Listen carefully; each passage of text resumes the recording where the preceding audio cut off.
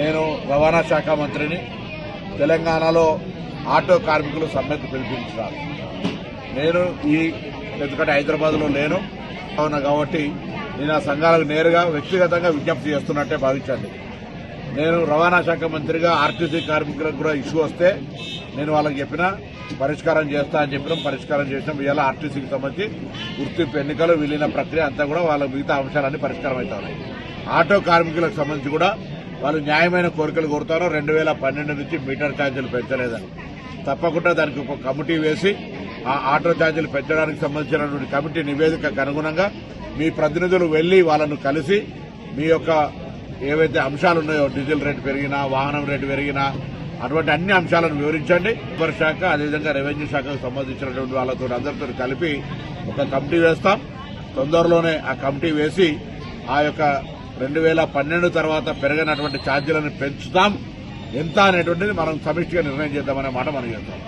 రెండవది సంక్షేమ బోర్డు అడుగుతా ఉన్నారు. లేబర్ సంక్షేమ బోర్డు కావాలంటే కార్మికుల పక్షాన సెస్ వసూలు కావాల్సి వస్తుంది.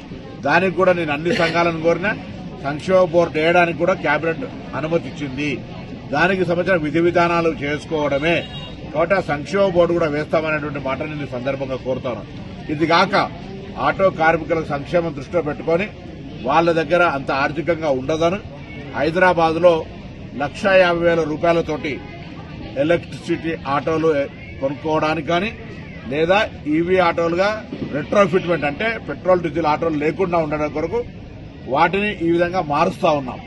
అది కాక స్క్రాప్ చేసుకుంటే కూడా కొత్త ఆటో కొనుక్కోవడానికి సహకారం చేస్తా ఉన్నాం. ఆ విధంగా హైదరాబాద్ లో ఎక్కడ కూడా డీజిల్ పెట్రోల్ గ్యాస్ ఆటోలు ఉండొద్దని ఈవీకి కన్వర్ట్ చేసుకోవడానికి వాళ్ళ దగ్గర ఆర్థిక స్తోమత ఉండదని 1,50,000 రూపాయలు ఇస్తున్నాం. కాబట్టి దయచేసి ఎక్కడైనా సరే ఆటో కార్మికుల సంక్షేమానికి ప్రభుత్వం కట్టుబడింది. మేము ఎన్నికల్లో చెప్పిన వాగ్దానం ప్రకారంగా మీరు 12,000 రూపాయలకు సంబంధించి గ్రామీణ ప్రాంతాల వాళ్ళకు కూడా ఏ విధంగా చేయగలుగుతాం. ఆర్థిక ఇబ్బంది ఉన్నది. మీ అందరూ కూడా గ్రామీణ ప్రాంతాల్లో రవాణా సరఫరాకు సంబంధించి కష్టపడేటువంటి వాళ్ళు మీ జీవితాల్లో కూడా న్యాయం జరిగే విధంగా ప్రభుత్వం ఆలోచన చేస్తూ ఉంది. ఏ విధంగా చేయాలి, మీకు ఏ విధంగా లాభం చేయాలనే ఆలోచన కొద్దీ తప్పకుండా మేము ఈ సందర్భంగా మనవి చేస్తూ హైదరాబాద్ లో 1,00,000 ఇళ్లు కడతా ఉన్నాం. ఇటు ఆర్టీసీ కార్మికులతో పాటుగా ఆటో కార్మికులు కూడా వాళ్ళు అప్లై చేసుకుని వాళ్లకు అంత పెద్ద విలువైన స్థలాల్లో కట్టే ఇళ్లకు అర్హులు కావచ్చని మేము కోరినాం. ఈ విధంగా అన్ని రకాల వాళ్ళకు 200 యూనిట్ల కరెంటు ఫ్రీ ఇస్తా ఉన్నాం. ఉచిత బస్సు సౌకర్యం కలిగిస్తా ఉన్నాం. వాళ్ళ కుటుంబ సభ్యులు పోయేది అట్లా రకరకాలుగా సంక్షేమ కార్యక్రమాలు రేషన్ కార్డులు ఇస్తా ఉన్నాం. సన్న బియ్యం ఇస్తా ఉన్నాం. ఇన్ని కార్యక్రమాలు జరుగుతూ ఉన్నాయి. కాబట్టి ఇటువంటి అంశంలో కూడా మీ పట్ల ప్రభుత్వానికి వివక్ష లేదు. ఈ ప్రభుత్వం పక్షాన రవాణా శాఖ మంత్రిగా నేను మీకు విజ్ఞప్తి చేస్తా ఉన్నా. సమ్మె ద్వారా ప్రజలను ఇబ్బంది కలిగేసేటువంటి ప్రయత్నం వద్దు.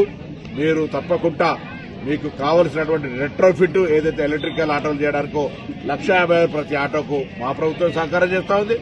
అదేవిధంగా 2012 తర్వాత పెరిగినటువంటి రేట్లను పెంచడానికి కమిటీ వేసి పెంచుతాం. ఎంత అనేది మనందరం కూడా కలిసి నిర్ణయం తీసుకుందాం.